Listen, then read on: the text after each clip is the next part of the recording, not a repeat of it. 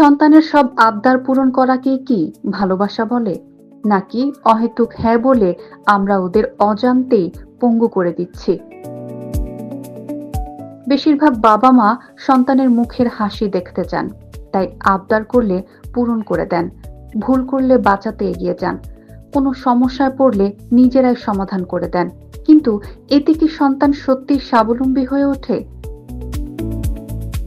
সাবেক মার্কিন first lady Michelle Obama বলছেন, সন্তানকে স্বাবলম্বী ও মানসিকভাবে দৃঢ় করে তুলতে ছোটবেলা থেকেই না বলতে শিখুন।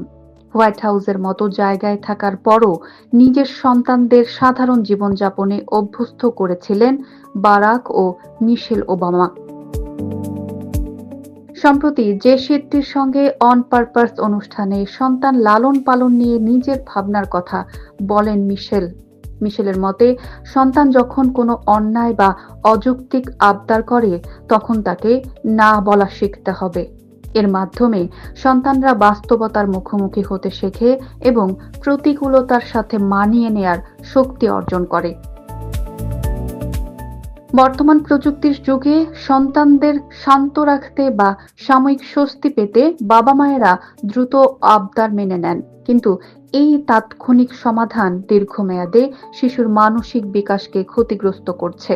অতি সুরক্ষা তাদের স্বাবলম্বী হওয়ার পথকে রুদ্ধ করে দেয়। সন্তানকে ভালোবাসা মানে শুধু তাদের সব ইচ্ছে পূরণ করা নয়, বরং তাদের ভবিষ্যতের কঠিন পথের জন্য প্রস্তুত করা। মিশেল ওবামার এই পরামর্শ আজকের প্রতিটি অভিভাবকদের জন্য এক বড় শিক্ষা।